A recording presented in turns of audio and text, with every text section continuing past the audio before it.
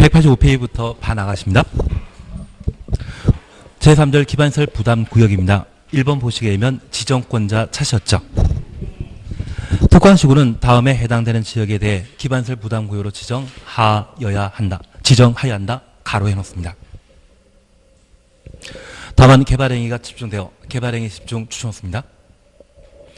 특광시구는 해당 지역의 계획적 관리를 위해 필요하다 인정하면 다음 각호에 해당되지 아니하는 경우라도 기반시설 부담구역으로 지정할 수 있다. 그리고 박스 속에 1번, 2번 보시니 법령의 제정 개정으로 행위 제한이 완화되거나 해제되는 지역, 행위 제한이 완화되거나 해제되게 되면 185페이지입니다. 밑에 박스 있습니다. 행위 제한이 완화되거나 해제되게 되면 1층짜리 건물은 3층이 될 수 있겠죠. 개발행위가 늘어나겠습니까? 감소되겠습니까? 늘어날 수밖에 없습니다. 2번입니다. 지정된 용도 지역을 변경하거나 해제하여 행위 제한이 완화되는 지역. 종전의 녹관 농장에 해당되는 용도라고 하면 보통 건폐율 20에 용적률 80%인데 이것이 주상공으로 바뀌게 되면 용도 지역이 변경된 것이고 행위 제한은 완화되지 않겠습니까? 이러한 곳에 대해서는 기반시설 부담구역으로 지정하여야 한다. 강행 규정입니다. 그리고 3번입니다. 해당 지역의 전년도 개발행위 허가 건수가 전년도 추천했습니다. 전전년도 개발행위 허가 건수보다 전전년도 추천했습니다. 20% 이상 증가한 지역 20% 추천했습니다. 그러면 우리 세종시 여기가 중촌동이지 않습니까?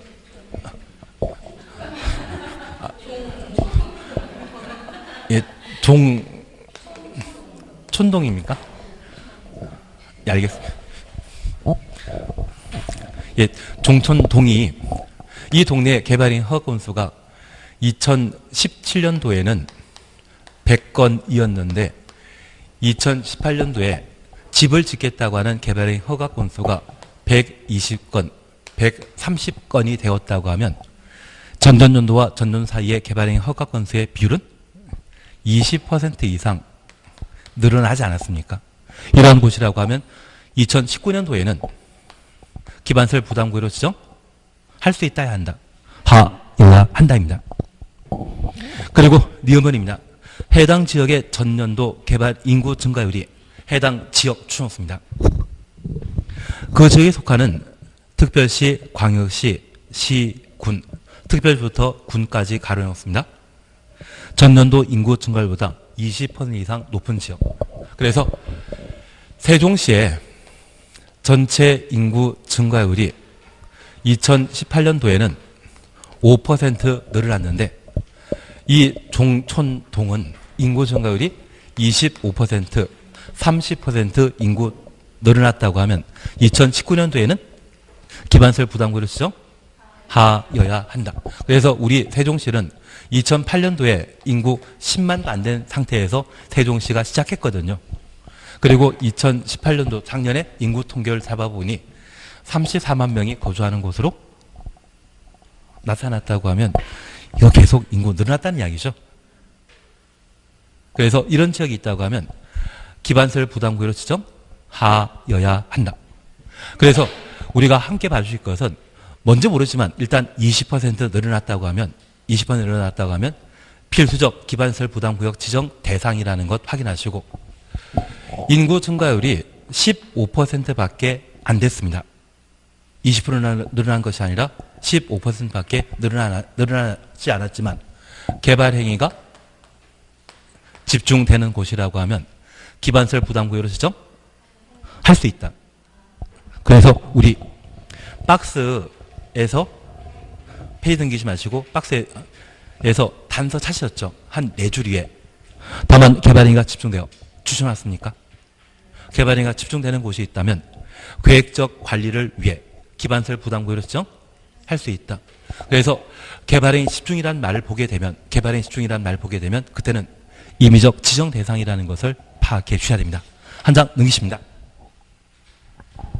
양가로 2번 지정 절차입니다. 특광시군은 기반설 부담구역 지정 변경을 하려면 주민 의견 들어야 하며 가로 해놓습니다. 해당 지방자치단체에 설치한 지방도시계획위원회 심의 거쳐 심의 동원해 놓습니다. 기반설 부담구역의 명칭 등을 지방자치단체 공부와 인터넷 홈페이지에 고시하여야 한다. 그래서 기반설 부담구역 지정 시에는 주민 의견 청취를 거치고 도시계획위원회 심의 거쳐 고시하도록 되어 있습니다. 개발도 관리구역에는 주민 의견 청취 한다 안 한다? 안 합니다. 반면 기반설 부담구역 지정 시에는 주민 의견 청취 절차를 진행한다라는 것 확인해 주셔야 됩니다. 그리고 3번 지정 기준 사셨죠. 아마 올해 시험에 나오게 된다고 하면 동그라미 1번의 수치 기준을 시험에 내게 됩니다.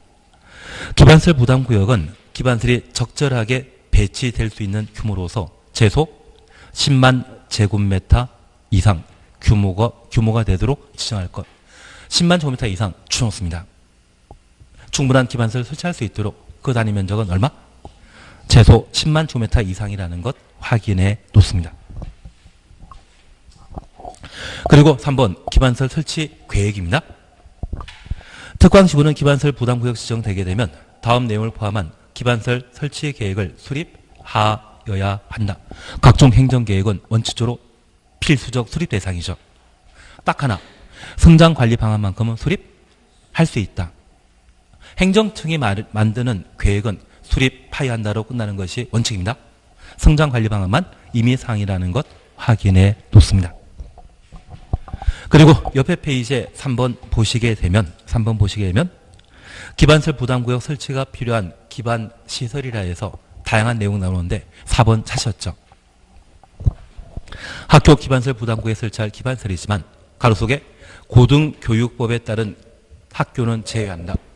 그 고등교육법은 대학교를 말합니다. 초등교육이라고 하면 유치원 포함되겠습니까? 빠지겠습니까? 유치원은 포함, 그냥 초등교육법은 초등학교. 고등교육법이 있는데 그것은 중고등학교. 그리고 고등교육법이란 말을 쓰게 되면 그것은 대학교를 말합니다. 이 대학교는 기반설 부담구역에 설치할 기반설 범위에서 제외시킵니다. 그리고 4번 의제 및 해제 찾았습니다. 지구 단위 계획을 수립한 경우 기반설 설치 계획을 수립한 것으로 본다. 지구 단위 계획 동그라미 놓으시고 기반설 설치 계획 동그라미 놓습니다. 기반설 부담구역 지정 고시부터 1년 되는 날까지 1년 동그라미 놓습니다. 기반설 설치 계획 수립되지 아니하면 1년 되는 다음 날 가로 해놓습니다. 지정은 해제된 것으로 본다. 일단 여기까지 먼저 함께 보십니다.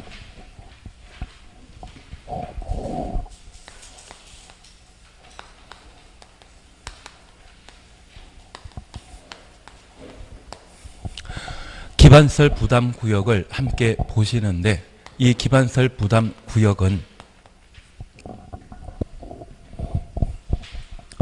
지정 대상과 관련되어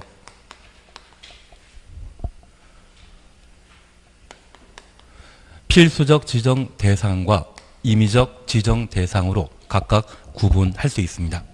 그래서 다른 거 필요 없이 개발행 허가 건수와 인구 증가율이 20% 이상인 곳은 기반설 부담구역으로 지정하여야 한다. 저 20%라는 말을 꼭 한번 확인해 주셔야 됩니다. 그리고 두 번째,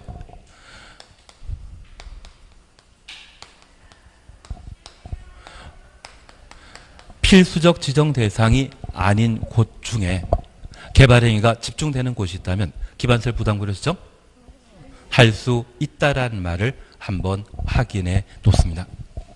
저 기반설 부담구역으로 지정하는 자는 도시와 군을 책임지고 있는 특광시군이 기반설 부담구역을 지정하게 되는데 주민 의견 청취 이후 도시계획위원회 심의 거쳐 기반설 부담구역을 지정하고 고시하도록 되어 있습니다. 하나 이해하실 것이 있습니다. 현재 우리가 공부하고 있는 것은 도시군관리계획을 공부하고 있습니까? 개발행위 허가 파트를 공부하고 있습니까? 개발행위 허가 파트를 공부하고 있기 때문에 관할관청은 특광시군입니다. 이 개발행위 허가 파트와 관련되어 국도가 추가되는 것은 딱 하나입니다. 개발행위 허가 제한.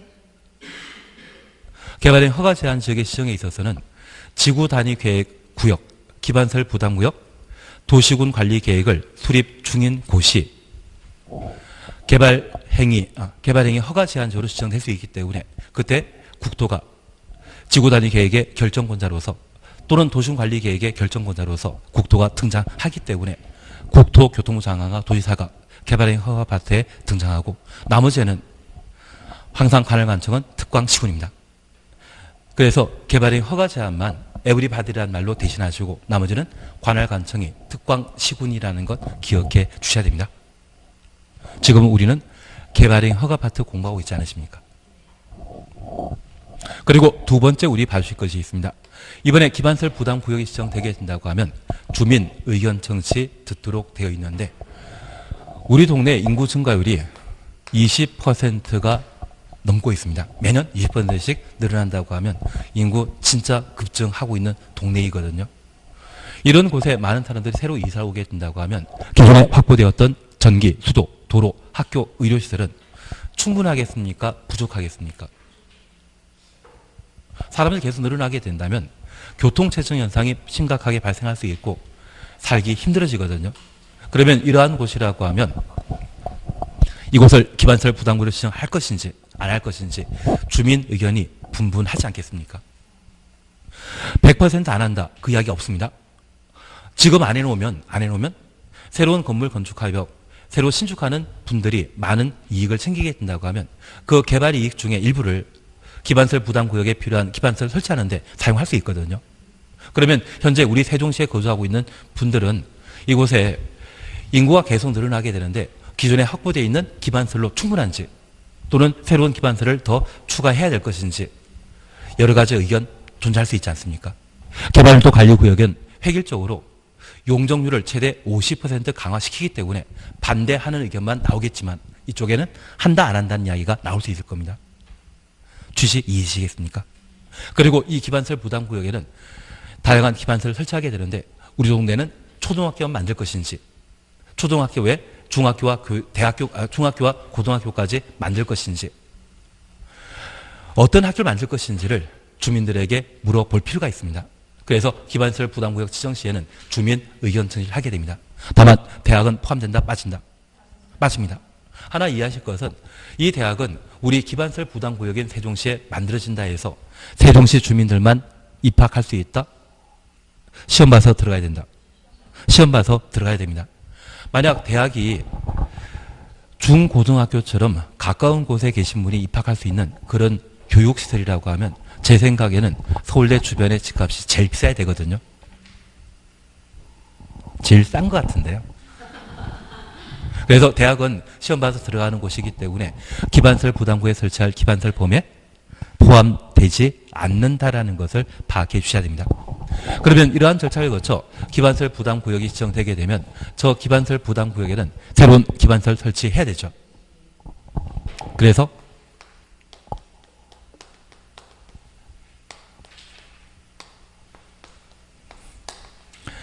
기반설 설치 계획을 수립하도록 되어 있습니다. 저 기반설 설치 계획에는 무엇을 내용을 담고 있겠습니까? 기반설 부담구역에 필요한 기반설을 설치할 것을 그 내용을 담고 있는데 이 내용에는 대학은 있다 없다? 없습니다. 대학교는 시험 봐서 들어가는 곳이기 때문에 기반설 설치 계획 내용이 못 된다라는 것을 파악해 놓습니다. 그리고 이 기반설 설치 계획은 기반설 부담구역 지정 고시한 날부터 언제까지? 1년 내 기반설 설치 계획을 수립하여야 합니다. 대신 우리가 중요하게 이해하실 것이 있습니다. 저 기반설 부담구역 지정 당시에 주민의 의견 청취를 충분히 거쳤다고 하면 1년 사이에 마음 바뀌는 분은 안 계시죠. 마음 바뀔 수 있지만 1년이면 그래도 마음 안 바뀐다 해서 주민 의견 정치를 생략하게 됩니다. 그런데 우리 가끔 모니터링 하는 거 들어본 적 있으십니까? 여론조사 하는 거. 그 여론조사 할 때 얼마 정도 돈 들었는지 아십니까? 그러면 그거는 건너뛰고 나중에 이것도 도정법 할 때 할 이야기고 지금 할 건 아닌데 이 주민 의견 청취할 때 막대한 여론조사 비용이 발생하게 됩니다. 그래서 만약 1000명 대상으로 여론조사 한다고 하면 1000명 중에 답변하는 사람들이 한 30%밖에 안 된다고 합니다. 그래서 1000명이 표본이라고 하면 3000명 이상에게 전화해야 되는데 그 3000명 이상에게 전화하고자 한다고 하면 사무실 마련해야 되고 직원 뽑아야 되거든요. 그 유지 비용이 한 8천만 원 정도 든다고 합니다. 1000명 여론조사 한다면 8천만 원 정도 들거든요. 그걸 1년 내내 또 한 번 더 한다? 그건 좀 곤란하기 때문에 저 기반설 부담구역 지정되고 1년이란 짧은 시간에 기반설 설치 계획을 수립하게 된다면 아무리 행정계획이라 할지라도 1년 전에 주민 의견 청취 충분하다 해서 기반설 설치 계획 수립 시에는 주민 의견 청취 한다 안 한다? 안 하는 겁니다. 만약 2년, 3년이라고 하면 그때는 주민 의견 청취 하겠지만 1년밖에 안 되기 때문에 기반설 설치 계획 수립 시에는 주민 의견 청취를 생략하게 됩니다. 그리고 두 번째 우리가 잠깐 이해하실 것이 있습니다. 저 기반설 부담구역은 개발하는 곳이다, 비개발하는 용도이다. 개발 용도입니다. 그러면 저 기반설 부담구역은 지구 단위 계획구역으로 지정될 수 있겠는데요. 기반설 부담구역은 지구 단위 계획구역으로 지정할 수 있다? 맞습니다. 개발밀도 관리구역은 지구 단위 계획구역으로 지정할 수 있다? 지구 단위 계획구역은 지구 단위 계획을 3년 내 수립하도록 되어 있는데 저 지구 단위 계획의 필수사항은 무엇이었습니까? 기반설의 배치, 규모. 지구 단위 계획은 필수사항이 5가지였습니다. 기반설, 건축 제한, 건폐율, 용적률, 높이 제한. 그러면 저 개발밀도 관리구역은 개발밀도 관리구역을 지구 단위 계획구역으로 지정하게 되면 저 지구 단위 계획구역에 수립하게 되는 지구 단위 계획에는 개발밀도 관리구역에는 새로운 기반설의 설치가 불가능하거든요. 그래서 개발밀도 관리구역은 지구 단위 계획구역으로 지정할 수 없습니다. 대신 기반설 부담구역은 지구 단위 계획구역으로 지정할 수 있는 겁니다. 그러면 저 지구 단위 계획구역이 지정되게 되면 3년 내 지구 단위 계획 수립하도록 되어 있거든요. 3년 내 지구 단위 계획 수립하라고 하면 최대 수립하는 기한이 3년일 뿐 6개월 만에 1년 만에 지구 단위 계획 결정될 수 있죠. 그리고 이 지구 단위 계획 구역에 수립하게 되는 지구 단위 계획에는 기반설 설치 계획에 포함되게 되는 기반설 설치에 관한 사항과 건축 제한, 건폐율, 용적률, 높이 제한 참 다양한 내용이 지구 단위 계획에 포함됩니다. 저 지구 단위 계획이 수립되었다고 하면 최소 5가지 내용이 필수사항이거든요. 기반설 설치 계획에는 필수사항이 몇 개이다? 제목이 나와 있는데요. 딱 하나. 그래서 저 지구 단위 계획이 수립되면 기반설 설치 계획이 수립된 것으로 본다. 의제되는 것 이해하시겠습니까? 만약 역으로 기반설 설치 계획이 수립되면 지구 단위 계획이 수립된 것으로 본다? 기반설 설치 계획의 필수사항은 몇 개만? 기반설 하나입니다. 최소 5개 내용을 필수사항으로 담게 되는 지구 단위 계획이 수립된 것으로 의제하기는 좀 곤란하지 않겠습니까? 의제 규정 이해되시겠습니까? 많은 내용을 담고 있는 것이 하나의 내용을 담고 있는 기반설 설치 계획이 수립된 것으로 의지하는 것이지 그 반대 표현은 잘못되었다라는 것만 하나 확인해 놓습니다. 그래서 우리가 함께 봐주실 것으로서 여기 기반설 설치 계획에는 187페이지에 설치 필요한 기반설의 다양한 내용을 담고 있습니다. 그리고 양가로 4번 찾으셨죠? 양가로 4번 찾았습니다. 187페이지에 밑에서 네 번째 줄 보시면 지구 단위 계획을 수립한 경우에는 기반 시설 설치 계획 수립한 것으로 본다. 이해되시겠습니까? 그리고 기반설 부담구역 지정 고시일부터 몇 년? 1년 내 기반시설 설치 계획을 수립해야 되고 수립하지 않으면 1년 되는 다음날 해제된 것으로 본다. 되신 겁니다. 한 장 넘겨주십니다. 그러면 이렇게 기반시설 설치 계획이 수립되게 되면 기반시설 부담구역과 관련된 모든 면모는 갖췄습니다. 그러면 이 기반시설 부담구역에는 공법에는 수익자 부담 원칙이라는 게 있거든요. 저 기반시설 부담구역에는 지금 건물이 많이 들어서고 있는, 인구가 늘어나고 있는 동네이죠. 이러한 곳에 새로 건물을 건축해서 사적 이익이 발생하게 된다고 하면 그곳에 필요한 기반시설은 나라 세금으로 설치하겠다는 것입니까? 수익자가 부담하겠다는 이야기입니까? 수익자가 부담하도록 되어 있습니다. 원래 도로, 학교는 누가 만들어줘야 됩니까? 나라에서 만들어줘야 됩니다. 그런데 우리 세종시 같은 경우는 애초 시작했을 때 인구가 10만 안 되었는데 우리 세종시의 계획 인구가 사실은 30만이 끝입니다. 그것도 2020년도에. 근데 30만 돌파한 게 2015년도에 돌파해버렸거든요. 그래서 이 30만이라고 하면 최소 토지 가격이 3배에서 5배까지는 오른다. 그 생각 했었습니다. 그래서 이번에 낙마하신 국토교통부 장관이 분양받으신 것도 분양가액은 한 8억, 10억 정도라고 하던데요. 지금 분양권 거래 시세는 20억 넘는다고. 알고 있으시면서도 왜 또 놀라시는 척 하십니까? 그래서 초창기에 이주하셨던 분들은 아마 많은 재산 가치의 상승을 직접 경험하셨을 겁니다. 그리고 지금 계획도시가 80만으로 또 예상하고 있거든요. 그래서 2030년까지 80만 되겠다고 하는데 충분히 제2경부고속도로 만들어지게 되고 저 제2경부고속도로 쪽에 하이닉스 공장 만들어지게 되면 원삼 인터체인지 있지 않습니까?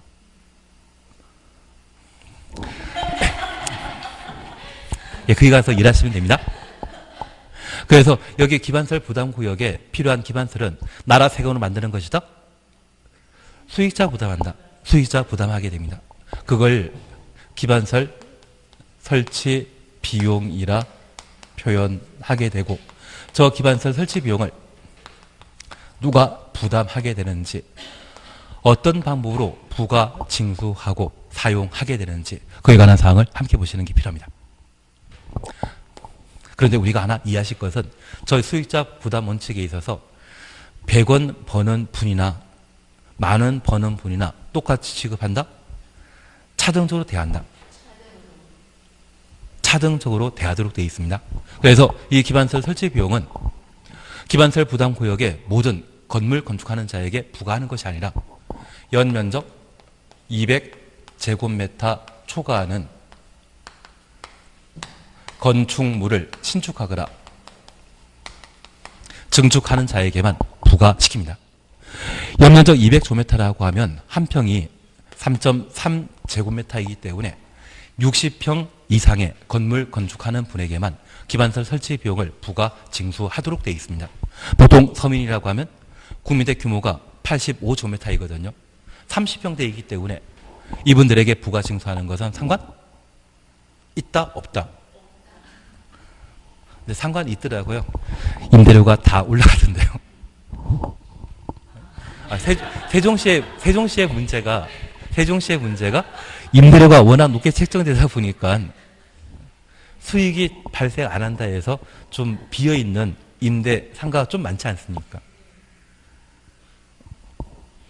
아시면서 다들 모르는 척.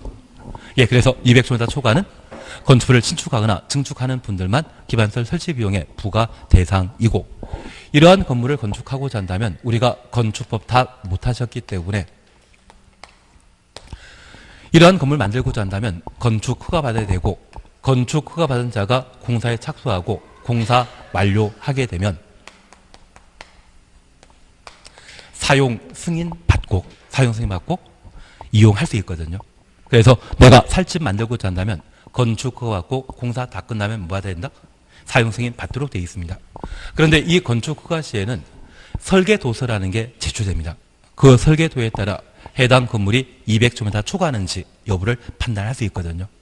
그래서 저 기반설 설치 비용은 허가 전에 부과할 수 있겠습니까? 허가 받은 이후에 부과할 수 있겠습니까?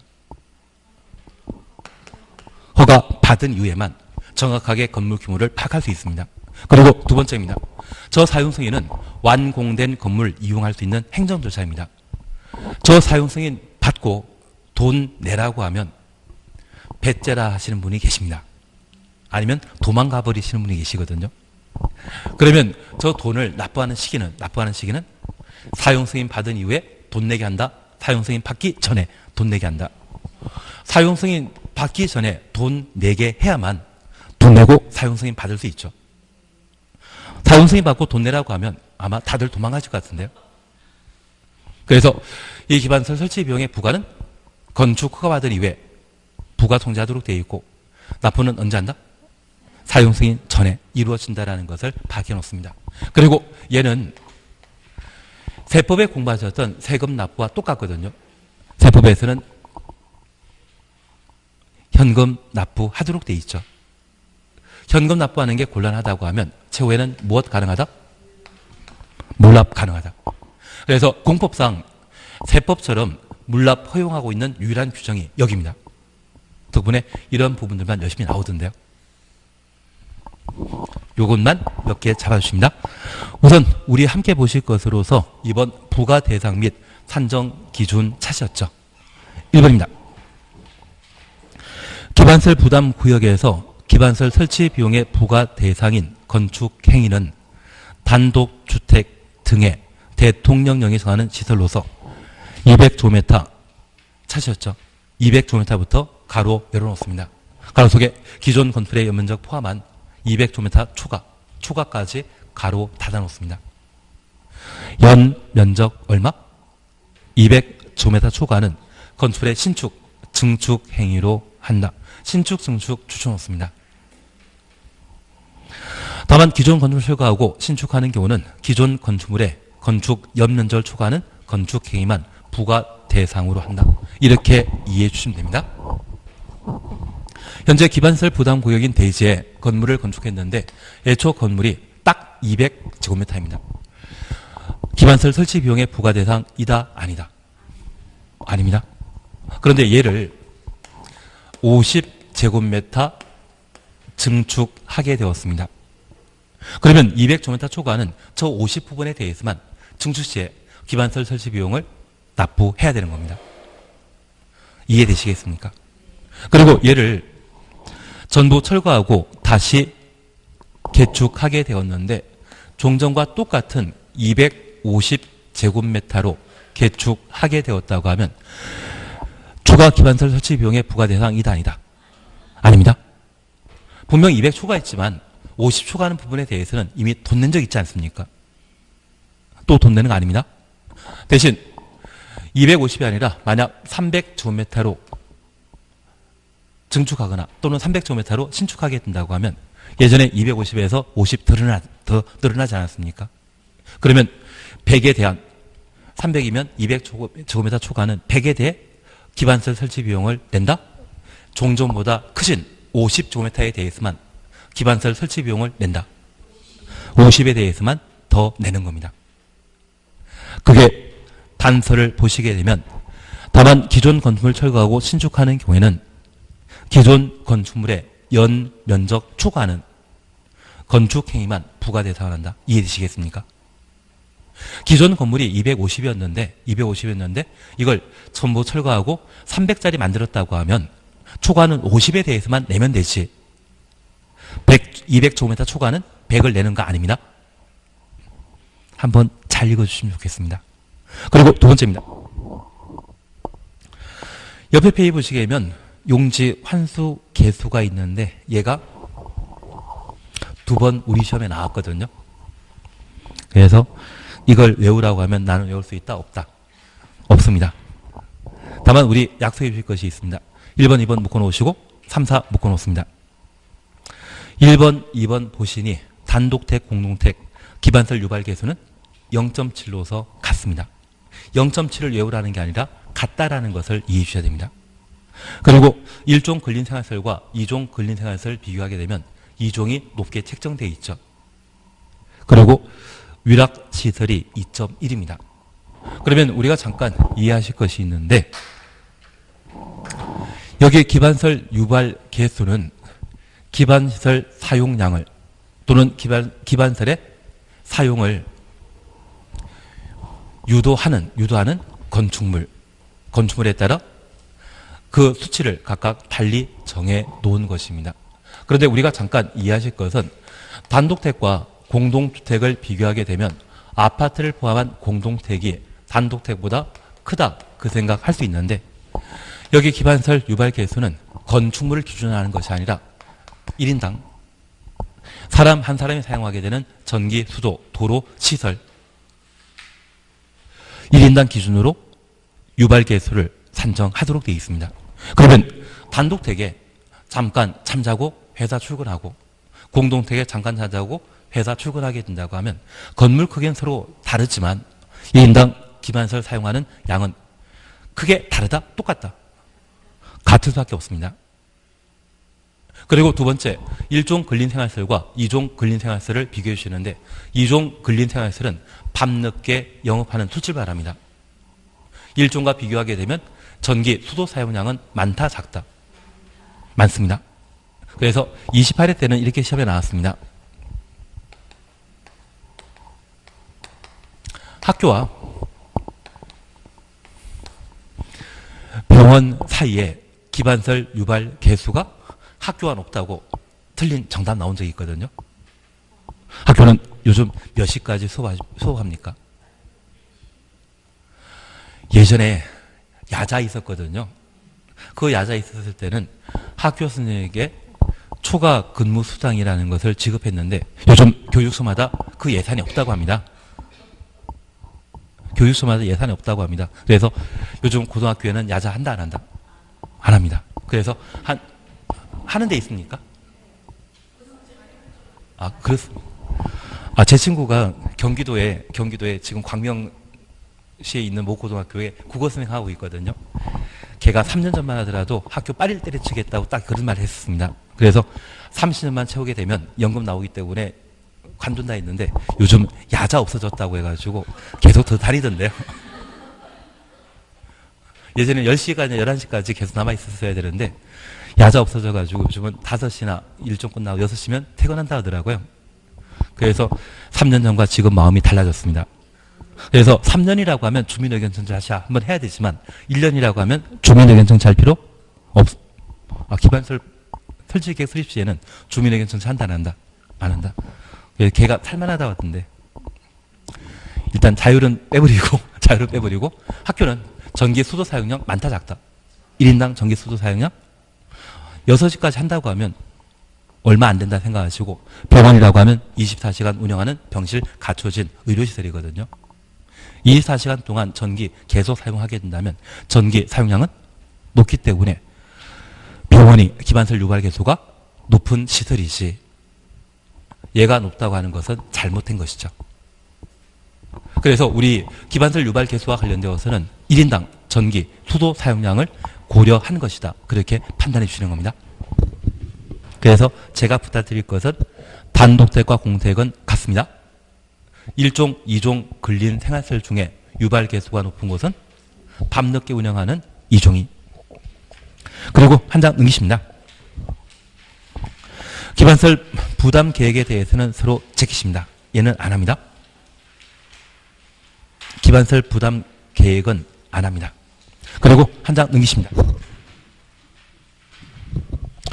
기반설 설치 비용의 부가 납부 차지였죠. 그리고 양가로 2번 봐주십니다. 192페이지입니다. 예, 양가로 2번입니다. 1. 부가 시기입니다. 특별시장, 관시장, 시장, 군수는 납부 의무자가 국가, 지방, 자치단체로부터 건축 허가받은 날부터 2개월 이내, 건축 허가부터 2개월 이내까지 가로 닫아놓습니다. 기반설 설치 비용을 부과하여야 한다. 그래서 건축 허가받고 얼마? 2개월 내 얼마 내라고 통지를 하도록 되어 있습니다. 그리고 옆에 페이지입니다. 양가 3번 기반설 설치 비용에 납부 찾으셨죠. 그래서 1번 납부 의무자는 사용 승인 신청 시까지 납부해야 한다. 사용 승인 신청 시까지 가로 해놓습니다. 사용 승인 전입니까? 후입니까? 전. 사용 승인 신청할 때 돈 내라. 그래서 사용 승인 전이라는 것 확인해 놓습니다. 그리고 2번 납부 방법과 관련되어 기반설 설치 비용은 현금, 신용카드, 직불카드로 납부하도록 하되 부과 대상 토지 및 이와 비슷한 토지로 납부하는 것을 인정할 수 있다. 가로속에 물납 찾으셨죠? 물납 주었습니다. 우리 공급상 돈 내는 것에 있어서 물납을 유일하게 허용해 주는 곳이 여기입니다. 그래서 물납이란 말은 여기에서만 나오는 것이지 다른 부분에서 나오는 거 아닙니다. 그러면 하나 여쭐 게 있습니다. 우리 이행보증금이라는 말 기억나십니까? 저 이행보증금은 현금 납부하는 것을 원칙으로 하고 곤란하면 물납할 수 있다? 드립니다. 이행보증 납부는 현금 납부를 원칙으로 하고 납부가 곤란하다고 하면 보험회사로부터 보증서 끊어 납부하는 것이 가능합니다. 공법에서 납부 방법은 현금 납부를 원칙으로 하고 안 되면 뭐 낸다? 보증서 내는 것인데 여기만 유일하게 물납입니다. 신기하게 봐주셔야 됩니다. 그래서 자주 시험에 나왔던 부분이기도 합니다. 나머지에 대해서는 지금 필요 없습니다. 그리고 도시계획위원회 안 합니다. 보칙도 안 할 겁니다. 근데 우리 재미로 했던 것 중에 장삼 하면 그 다음에 뭐 나오는 겁니까? 장삼. 했습니까? 장삼 타칠. 왜냐면 계속 넘기다 보니까 203페이지에 타인 토지 출입과 토지의 일시사용 장애물 제거 변경이 있길래 앞에 하지 않았나 그 생각 들어가지고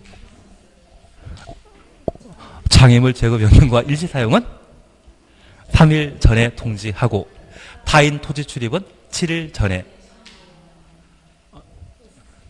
7일 전에 신고 아니라 그것도 7일 전에 통지. 예. 타인 토지 출입 시에는 허가받도록 되어 있습니다. 특광시군에 허가받도록 되어 있습니다. 그런데 장애물 제거 변경과 일시사용은 똑같다고 말씀드렸습니다. 그런데 우리 약속하시길 도시군 계획시설 사업과 관련되어 토지를 강제 수용하거나 사용하거나 인접한 토지를 일시 사용할 수 있는 요건은 언제? 실시계 고시한 때부터 수용 사용 가능하거든요. 그래서 장애물 제거 변경과 일시 사용은 실시계 고시했다는 것을 전제하기 때문에 따로 특광시군에 허가받는 것 아닙니다. 대신 타인 토지 출입은 기초조사나 측량 등을 하기 위한 도시군 계획설 입안 결정 전에 기초조사 하지 않습니까? 그래서 이때는 일정한 인허가 절차를 거치기 전이기 때문에 타인 토지 출입 시에는 특광시군에게 허가 받아야 되고 타인 토지에 출입하고자 한다면 7일 전에 미리 통지해야 됩니다. 반면 일시사용과 장애물 제거 변경에 있어서는 실시계 고시를 전제하기 때문에 특광시군에 대한 인허가란 이야기는 아예 없고 3일 전에 통지하고 일시 사용할 수 있다. 그래서 그냥 모른 척 하시면 되셔가지고 양가로 이번에 타인 토지 출입 찾으셨죠?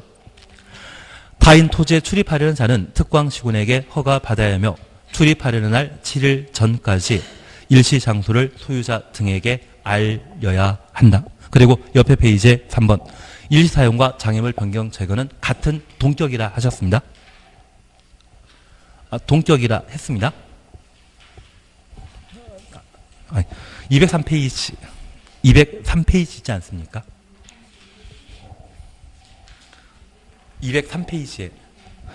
그래서 타인 토지를 일시 사용하고 장애물 제거 변경하고자 한다면 소유자 동의 받아야 되고 3번에 일시 사용과 변경 제거 전에 통지로서 장애물 변경 제거하려는 날 3일 전이라는 말 찾았습니까? 그래서 장애물 제거 변경과 관련되어서는 실시계획 고시 이후에 이루어지는 절차이기 때문에 따로 특광시군에게 인허가 받을 필요 없고 토지 소유자 동의받고 3일 전에 통지해서 장애물 제거 변경할 수 있다. 그래서 장 3, 타 7이라는 말로 대신 하시는 겁니다. 했던 이야기이기 때문에 더 안 하도록 하겠습니다. 그리고 오늘은 여기까지 하시고 다음 주부터 건축법 들어가시는 겁니다. 그리고 오늘 문제 중에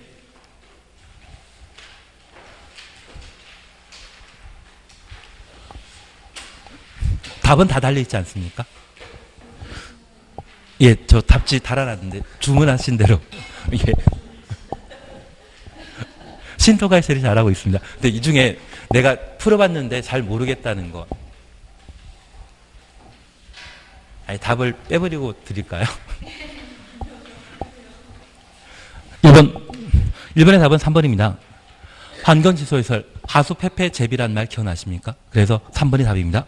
그리고 도로 세분할 때 그 종류에 포함되지 않는 것은 고속도로. 그래서 5번 답입니다. 그리고 3번 도시군 계획설에 관한 설명을 옳은 거 찾도록 되어 있는데 옳은 거 찾으라니까 그냥 답은 5번이고 1번 그냥 기반설 대신 도시군 계획설 들어가야 됩니다. 그리고 2번은 기반설 중에 도시군 관리 계획으로 결정된 시설은 도시군 계획 시설이지 공공시설이라는 말 쓰는 거 아닙니다. 그리고 3번 도시군 계획설 치료는 10년이 아니라 20년 되는 다음날 효력 상실한다. 그리고 하천, 하수도는 방지시설에 해당된다. 하천은 방지시설이지만 하수도는 하수 폐폐라는 말 기억하시면서 환경기초시설에 해당된다는 걸 기억해 주셔야 됩니다. 그래서 올해도 아마 환경기초시설 가지고 시험에 내길 겁니다. 환경기초시설은 몇 개? 6개입니다. 하수, 폐폐, 재비란 말 기억해 주셔야 되고 운자로 시작하는 3가지는 기반설 범위에서 삭제되었죠. 운하, 운전학원, 운동장 3가지 없어졌다라는 걸 다시 한번 봐놓습니다. 4번입니다. 단결 집행계획 하나 설명 틀린 거 찾도록 되어 있는데 4번 보시게 되면 2년이 아니라 3개월. 그런데 우리 이거 기억나십니까? 다른 법률, 특히 도정법에 의제되는 도시군 계획설은 몇 년? 2년. 국토계획법에 결정된 도시군 계획설은 3개월 이내 단계별 집행계획 수립해야 되지만 타법에 따라 결정된 도시군 계획설이라고 하면 의제되는 것으로서 2년 내 수립할 수 있다. 이 말 기억하셔야 됩니다. 올해 이거 나올 겁니다. 나오면 이거 나옵니다. 그리고 5번입니다. 도시군 계획설에 관한 설명으로 옳은 건 찾도록 되어 있는데 1번은 10년 내 시행되지 않았는데 모든 토지 소유자 매수 청구하는 것이 아니라 지목대가 빠져 있지 않습니까? 그래서 틀립니다. 그리고 2번 얘가 아마 힘드실 겁니다. 얘는 패턴으로 이해해 주셔야 되는데 지문 속에 장사시설, 종합의료시설, 빗물 및 이용시설, 폐차장 이렇게 구체적인 기반설이 나와 있지 않습니까? 그러면 이것 도시군 관리계획 없이 허가받아 만들게 됩니다. 대신 우리 뒤에 기반시설이라는 말 있지 않습니까? 그래서 앞에 도시지역부터 폐차장까지 가로해 놓습니다.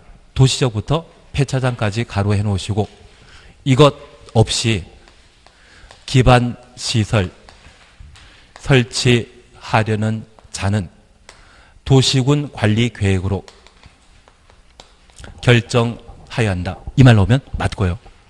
저 기반시설이라는 말 대신 장사시설, 종합의료시설 이 말이 구체적으로 들어가 있다고 하면 또는 이 기반시설 앞에 지금처럼 장사시설, 종합의료시설 이게 구체적으로 열거된 상태에서 기반시설 설치 도시군 관리계획 결정한다. 이 말 나오면 틀립니다. 방금 종합의료시설은 대한민국에는 시립병원과 국립병원만 있다? 사립병원 있다. 사립병원도 있습니다. 사립병원도 종합의료시설이거든요. 그러면 이 사립병원은 개발행위 허가 대상으로 허가받아 만드는 것이 있고 도시군관리계획으로 결정되는 것이 있습니다. 그래서 획일적으로 이 구체적인 시설이 특정되었을 때 무조건 도시군관리 결정한다? 이 말 나오면 틀립니다. 대한민국은 100% 없지 않습니까? 그래서 앞에 종합의료시설, 장사시설 이런 것 없이 기반시설 설치하려면 도시군 관리 계획으로 결정해야 한다. 이 말 맞지만 지금처럼 장사시설과 종합의료시설 이 말 붙어 있는 상황에서 도시공 관리 결정한다. 이 말 나오면 그 질문 무조건 틀린 것으로. 이거 패턴으로 잡아내셔야 됩니다. 예, 그러시면 됩니다. 저 지금까지 이렇게 가르치면 다들 따라오시면 다 맞추시던데요. 예, 그래서 그것만 좀 봐주시면 되고, 다른 거는 없으시죠? 4번 단계율집행계획 수립하는데 지방도시계획원의 심의 거쳐야 된다? 맞다 틀리다? 단계율집행계획은 지방의회 의견 청취와 협의 두 가지만 있었다라는 걸 기억해 주시는 게 필요합니다. 그리고 5번은 다음날 빠져 있지 않습니까? 절치사 생각하지 마시고 이렇게 다들 내시더라고요. 그리고 6번입니다. 도시계획서 사업 시행자에 관한 설명 틀린 것 찾도록 돼 있는데 답은? 그러면 저 설명 안 드려도 되죠? 지방공사는 아니죠. 그리고 7번입니다. 도시계획서 사업에 관한 설명 틀린 것 찾도록 돼 있는데 답은? 저 설명 안 드려도 되나요? 왠지 아십니까? 예. 지금 도시군 계획설과 관련되어서는 결정. 그래서 해제도 결정과 똑같은 것이기 때문에 그 해제를 고시할 자는 국토교통부 장관 지도이사 대도시장인 시 시장 군수가 도시군 계획설의 해제 결정을 고시하는 게 아닙니다. 그래서 해제도 새로 결정하는 것과 똑같기 때문에 결정권자인 국토교통부 장관 지도이사 대도시장이 고시하도록 되어 있습니다. 시장 군수가 고시하는 거 아닙니다. 그리고 8번입니다. 8번의 정답은 3번인데 1번은 이해되시죠? 대가 아니더라도 매수 청구할 수 있다. 대만 매수 청구할 수 있는 겁니다. 그리고 2번입니다. 매수 청구했으면 3월이 아니라 6개월. 그리고 4번 도시군계획설 결정을 줘서 10년 이내 도시군계획설 사업 시행되지 아니하면 그 사업의 실시계획 인가가 행해진 경우에도 매수 청구할 수 있다. 실시계획 인가 받고 나면 바로 그 다음에 고시하거든요. 고시하면 수용하기 때문에 한두 달만 기다리면 되기 때문에 매수 청구 대상이 아닙니다. 그래서 실시계획 인가 받은 경우는 제외한다. 이 말 기억하시는 게 필요합니다. 그리고 도시군 계획설 채권의 상환기간은 칠순잔치하라고 10년이었던 거 기억나셔야 됩니다. 그래서 20년 아닙니다. 그리고 9번입니다. 장기 미집행 도시군 계획설 부지 중에 20년에 10년 대인 토지를 매수할 때에 관한 설명 틀린 것 찾도록 되어 있는데 9번의 답은 5번입니다. 3천만 원 초과하는 경우 전부가 아니라 초과하는 부분에 대해서만 채권 발행할 수 있죠. 그리고 10번의 답은 4번인데 이건 이해되시겠습니까? 우선 갑의 토지 매수 의무자는 B구청장이다. 우리 국토계획법에는 구청장 선정한다 안 한다?